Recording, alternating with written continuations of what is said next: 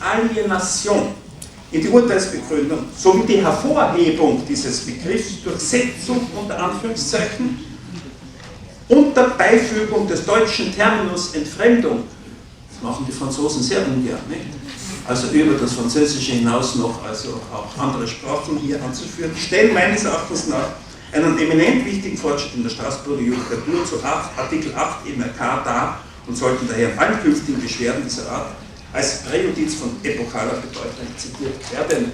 Meine Zeit ist abgelaufen, meine Damen und Herren, Sie können alles andere noch nachlesen im Manuskript. Danke für Ihre geschätzte Aufmerksamkeit.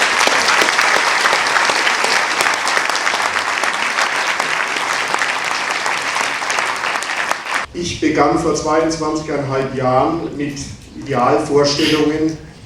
Ich wollte richtig entscheiden, ich wollte auch gut entscheiden, nicht nur über den Fall, ich war im Familienrecht. Man arbeitet sich ein, Begriff des Kindeswohles. Kindeswohl heißt entscheiden zum Wohl des Kindes, das ist oberste Entscheidungsmaxim.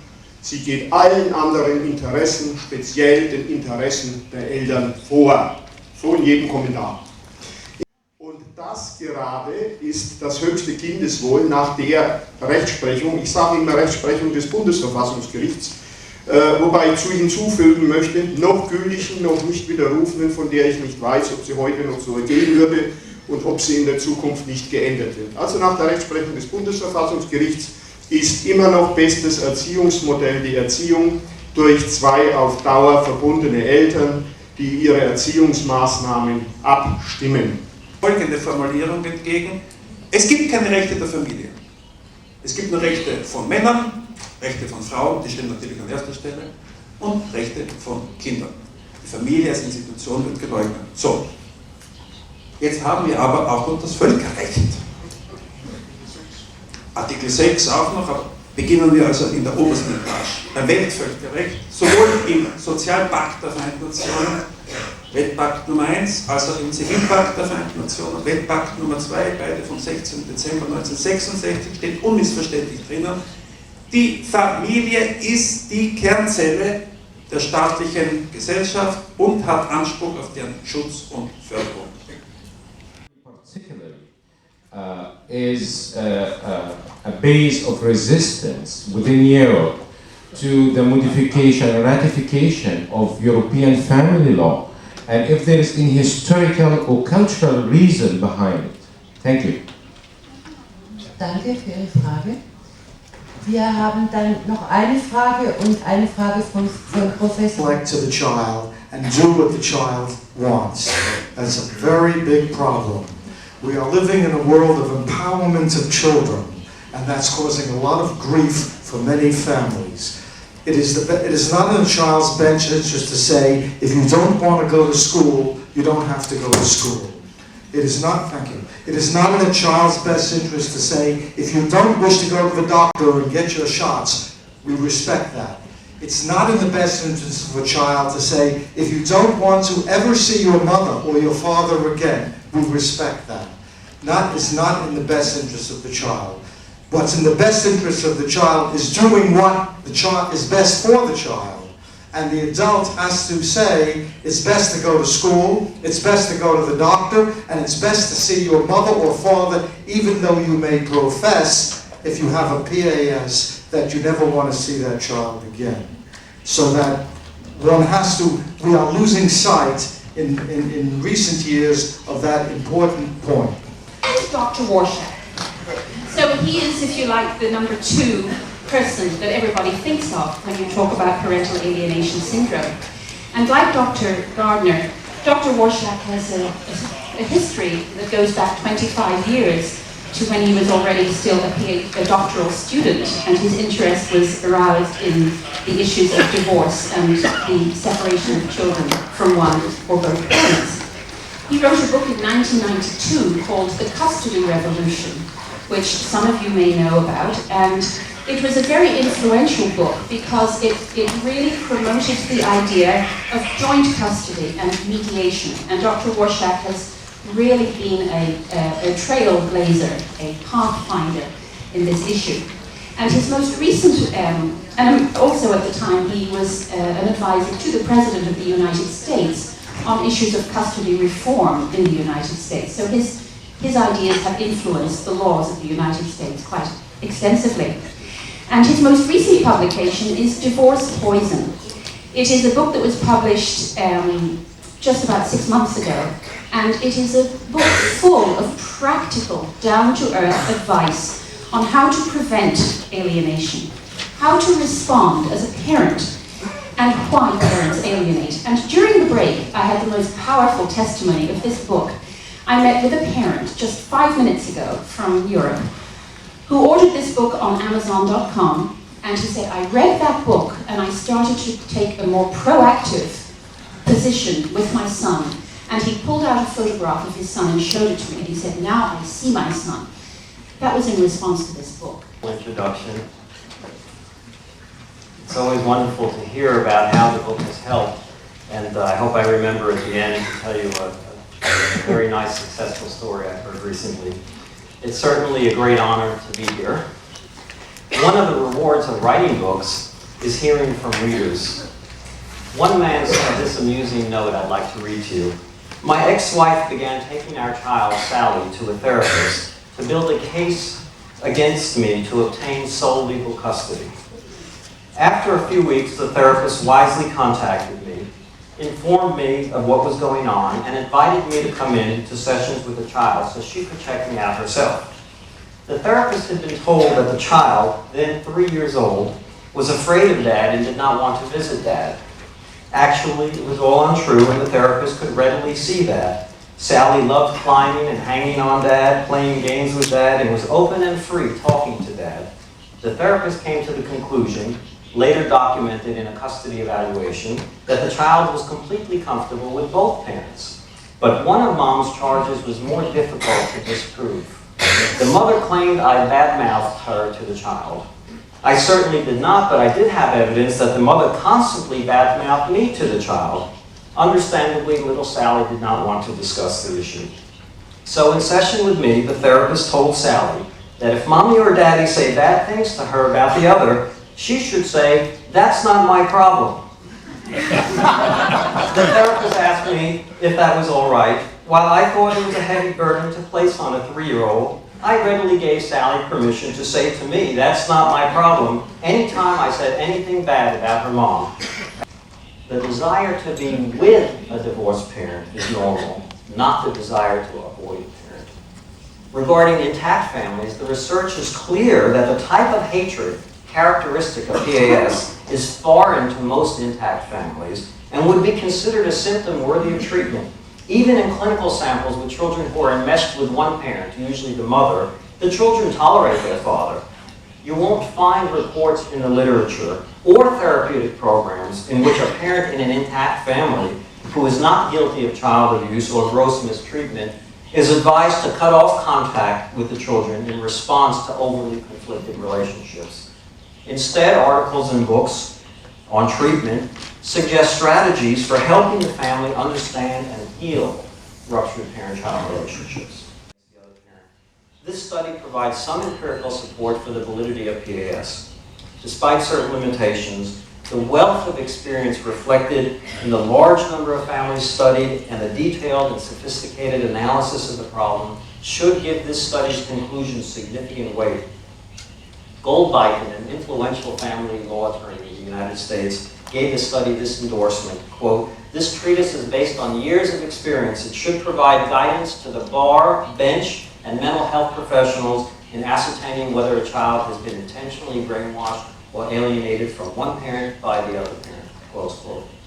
Considerable scientific research supports the conclusions of the bar study and validates key facets of PAS.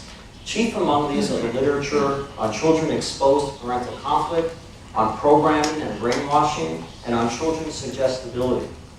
Numerous methodologically sophisticated studies have established that children are susceptible to accepting suggestions that an innocent adult did harmful or illegal things, and then repeating these suggestions as if they were true. Children will even provide elaborate details of events that never occurred. Research findings on programming, brainwashing, stereotype induction, and children's suggestibility help to explain how one parent could exert enough influence over a child to cause that child to lose affection and respect for the other parent. Even when a remedy is not readily available, it helps to have a better understanding of the condition, and it is reassuring to know that professionals recognize the problem and are working on developing effective treatments. None of these parents would have experienced the same degree of relief at being told that the loss of their child is a natural byproduct of divorce, and that they'll just need to wait until the child reaches a new developmental stage and hope that a reconciliation will be in their future. My intent in sharing these comments is not to promote my book, although I don't mind if you buy it. It is to remind all of us that the controversies surrounding PAS are not just academic. The work we do affects the welfare of many families. To be left with the abusing parent are actually parents who don't believe that they are abusing or deny that brainwashing a child is a form of abuse. You have to understand that any parent who abuses a child, most likely they will deny it. If a parent who physically or sexually abuses a child, kompetenten Richter stehen, der salomonisch dann weise diesen Konfliktfall löst. Unsere Richter sind dafür nicht ausgebildet, unsere Anwälte sind dafür nicht ausgebildet. Das heißt, wir wursteln alle in einem System dahin, in dem wir eigentlich den Kindern keinen Gefallen tun. Leider.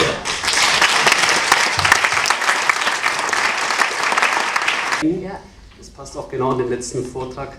Ab wann wird es eine Chance haben, die Psychopathologie der Verursacher zu begutachten? Nicht primär das Kind, denn sonst sind ja solche Theater wie hier vorprogrammiert jahrelang. Und es kann auch nicht die Aufgabe eines Staates sein, für sowas Sorge zu tragen, zum Wohl des Kindes. Meines Wissens besteht diese Möglichkeit bereits. Es muss sich nur jemand finden, Es muss sich jemand finden, der den Antrag stellt und der dieses fachlich begründet. Ich habe in einer letzten Veranstaltung eine Psychiaterin gesprochen, die solche Gutachten macht in ihrem Umkreis und die im Rahmen einer disziplinübergreifenden Arbeitsgruppe da hat sich das verbreitet.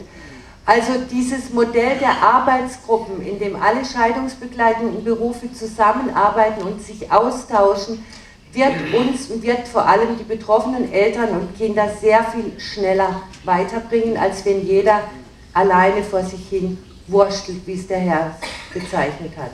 Dankeschön. I have a question for the people from the social service.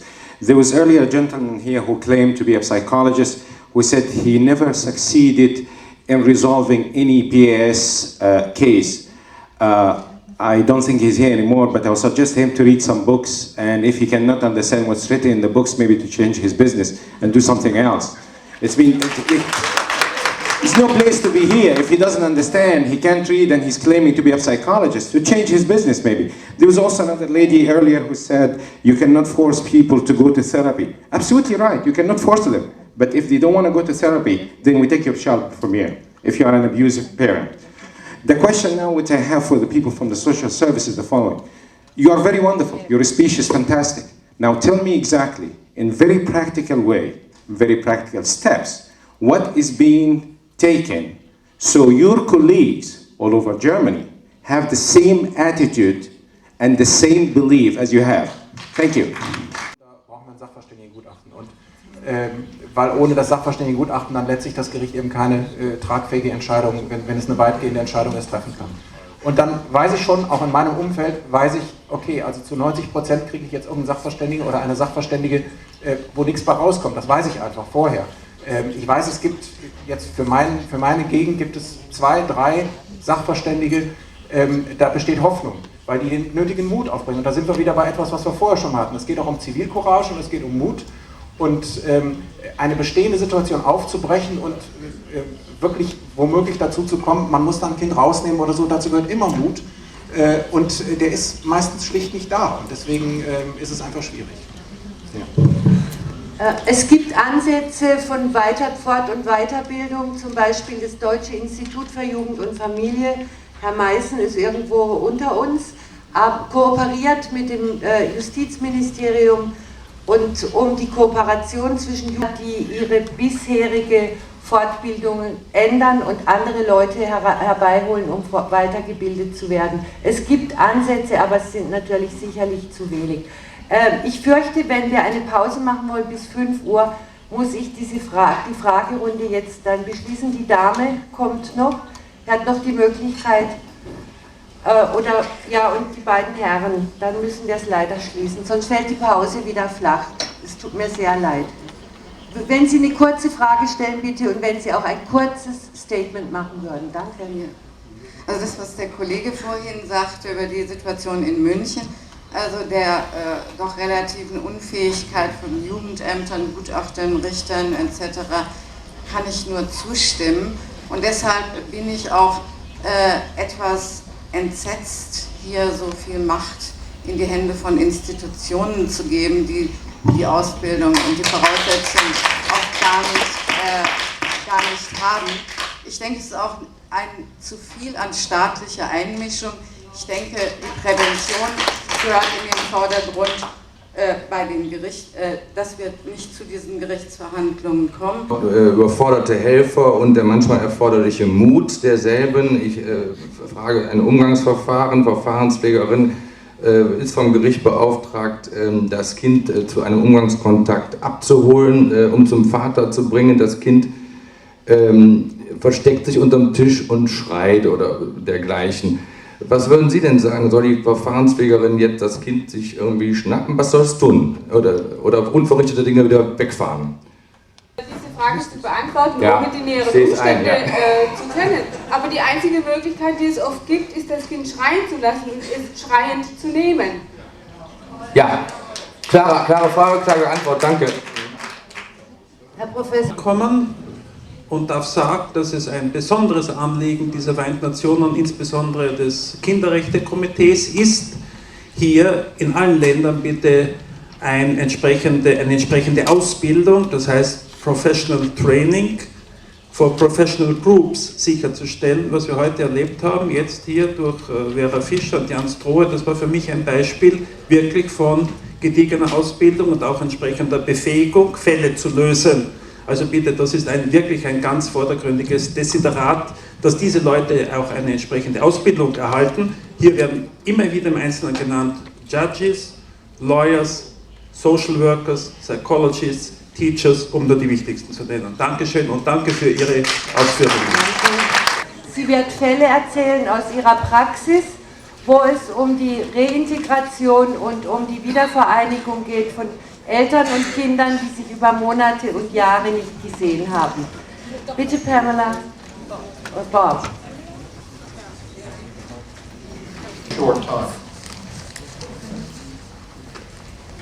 To make a long story very short, rather than lay down and wait for things to happen, Pamela got busy.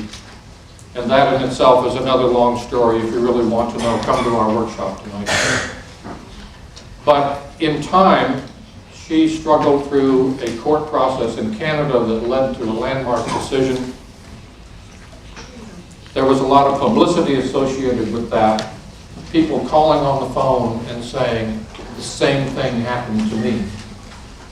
Which led her to form the Parental Alienation Information Network in Canada.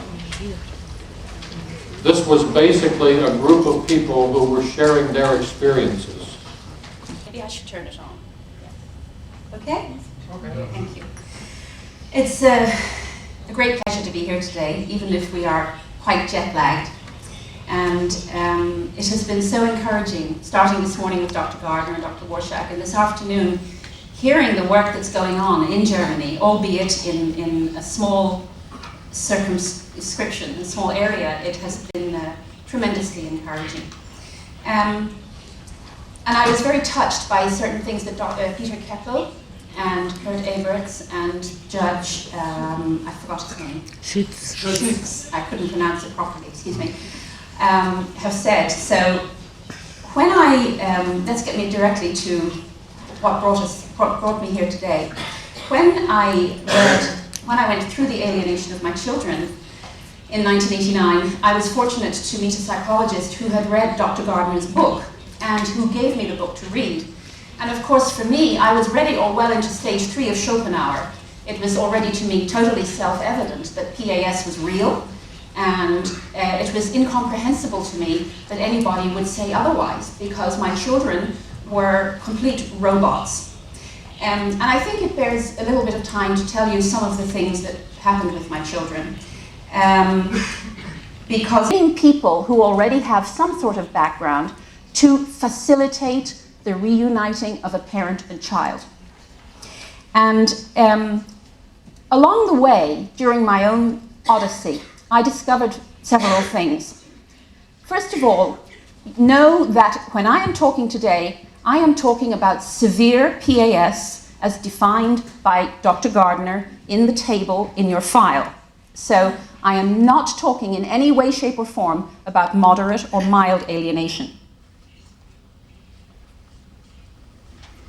I'm talking always about alienation involving some form of psychopathology on the part of the alienating parent. And I am also talking about a parent who is rejected, who is a good